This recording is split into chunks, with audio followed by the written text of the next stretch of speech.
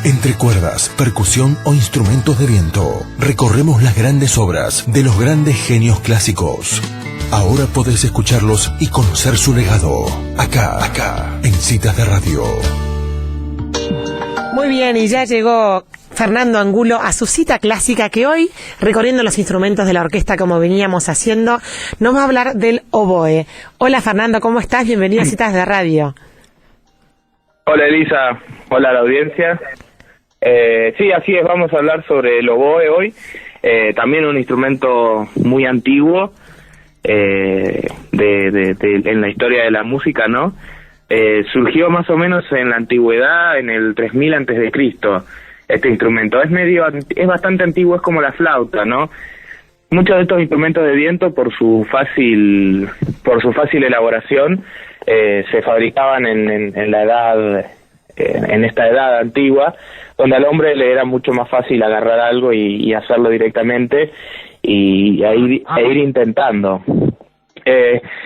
Surge más o menos en esa época, en el 3000 antes de Cristo, las civilizaciones antiguas que todo el mundo ha estudiado en la escuela, los fenicios, los palestinos, toda esa zona de Israel, más o menos, que actualmente no es Israel, han tenido un contacto con este instrumento.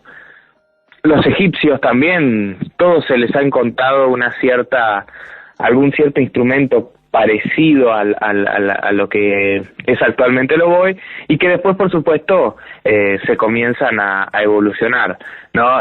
Saltamos así 4.000 años a la historia para remontarnos en la Edad Media, donde los trovadores, que eran los noticieros de esa época, eran los trovadores y los juglares, que iban de pueblo en pueblo contando las historias de lo que pasaba, de los señores feudales y los reyes y estas cosas. Eran los que más contacto tenían con este instrumento y los que más lo utilizaban, porque era su medio de vida, su trabajo, y ahí fue donde también empezó a surgir. También de este instrumento, durante esa época, surgió la gaita, ¿no? Un instrumento muy muy conocido. Surge un poco por el oboe, ¿no? El oboe tenía un registro muy corto y seguramente alguien necesitaría más en esa época, entonces crearon la gaita con un sistema muy parecido, con orificios para las notas y una lengüeta doble, como tiene el oboe, para hacer otro tipo de música, o vaya a saber para qué cosas lo han inventado la gaita. Después se comienza a avanzar, ¿no? Siempre cada vez más, y al pasar los años los instrumentos se van perfeccionando cada vez más, hasta llegar obviamente a los que tenemos actualmente. En el barroco se agregan muchos orificios, faltaban en esa época orificios, tenían muy pocos, su registro era muy corto, ¿no? Podían tocar un par de notas y nada más. Con las modificaciones del barroco para agregar más notas a lo que pedían los compositores y a las melodías, se le empezaron a agregar cada vez más orificios, y también lo que actualmente son las llaves del oboe. El oboe tiene un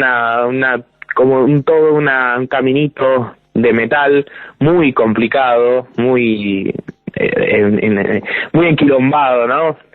Por todos lados, que esas son las llaves que tapan los orificios. El oboísta aprieta una de esas llaves y activa otro mecanismo que tapa ciertos agujeros, y se van combinando las llaves, que es lo que permite dar el sonido al instrumento actualmente. Durante estos periodos, ¿no? Siempre el clasicismo y el barroco han sido como muy fundamentales para la música y para los instrumentos, ¿no? Es lo que nos permite a la actualidad llegar a hoy y tener toda la música que tenemos. En estos dos periodos siempre los instrumentos resaltan muchísimo. El oboe tuvo unos cuantos periodos de esplendor. Hubo momentos donde se quedó medio relegado y olvidado, solo para integrar la orquesta y copiar las voces que hacían otros instrumentos. Pero durante este periodo y luego en el clasicismo, en el romanticismo, cuando Robert Schumann lo trae de vuelta a la luz, a este instrumento, vuelve al lugar, al pedestal que siempre tenía el oboe. Bueno, muchos compositores se han dedicado a escribir, ¿no?, para este instrumento. Tiene una sonoridad muy particular el oboe. No sé si alguna vez por ahí ustedes por esas casualidades lo han escuchado. Tiene una sonoridad muy muy particular que si quieren, cuando escuchemos el concierto, pueden adelantar un poquito más, ¿no? Porque en el concierto en el movimiento del concierto que vamos a escuchar, arranca siempre una introducción orquestal para que la gente pueda escuchar el sonido particular que tiene el oboe, porque no se parece a ningún instrumento. El oboe suena, para mí, bien tocado es hermoso, pero si se toca más o menos o tirando a mal, es un pato. El oboe tiene esa sonoridad de pato. Sí, es muy dulce el instrumento, bien tocado, pero cuando quizás recién se empieza o esas cosas, uno escucha los patos que están todo el tiempo cuac, cuac, cuac por todos lados. Es muy difícil tocar el oboe. No es un instrumento sencillo. Por el mecanismo de las lengüetas, son dos lengüetas muy finitas, casi juntas, que tienen un espacio milimétrico donde hay que hacer pasar por ese agujerito el aire. Es re complicado. Los labios tienen una posición especial, es bastante difícil. Lleva mucho tiempo lograr una buena técnica del instrumento. Te lo digo por la escuela de música, que uno escucha y ve cómo los chicos van aprendiendo y cada vez van mejorando más, pero por ahí quizás por mucho tiempo no pueden tocar bien ni una nota muy fluida o larga, porque es un instrumento complejo en el tema de cómo llega el aire al instrumento. Así que realmente es un instrumento hermoso, por supuesto, por su sonoridad, por sus funciones. Tiene muchas funciones dentro de la orquesta. Puede ser solista, como puede estar en una agrupación de cámara, como puede tener estar en una orquesta sinfónica, en una banda, en lo que se les ocurra, puede estar metido el oboe. Es muy versátil, es un instrumento relativamente versátil, como muchos de la orquesta. Hay algunos que son como especiales para algunas cosas, que no podés meterlo en todos lados. Pero el oboe es un instrumento versátil que puede estar en cualquier agrupación sinfónica, ¿no? Siempre clásica. Lo popular, quizás por ahí es mucho más difícil. Un tango con oboe o una chacarera o un tema de Los Redondos con oboe, quizás, no sea lo mismo, pero que se puede usar, se puede usar.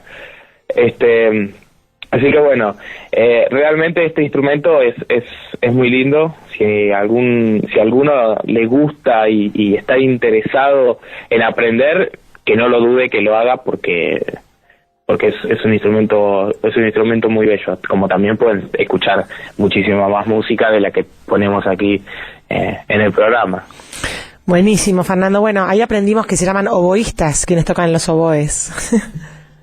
Claro, sí, se llaman oboístas. No sé qué nombre le habrían pensado, pero el que toca el oboe es un oboísta. Sí.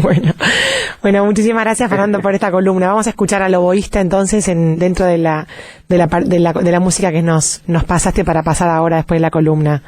Dale, muchas gracias, y vamos a escuchar, quiero decir qué es lo que vamos a escuchar, el primer movimiento del concierto para oboe de Mozart, que es también una obra hermosa.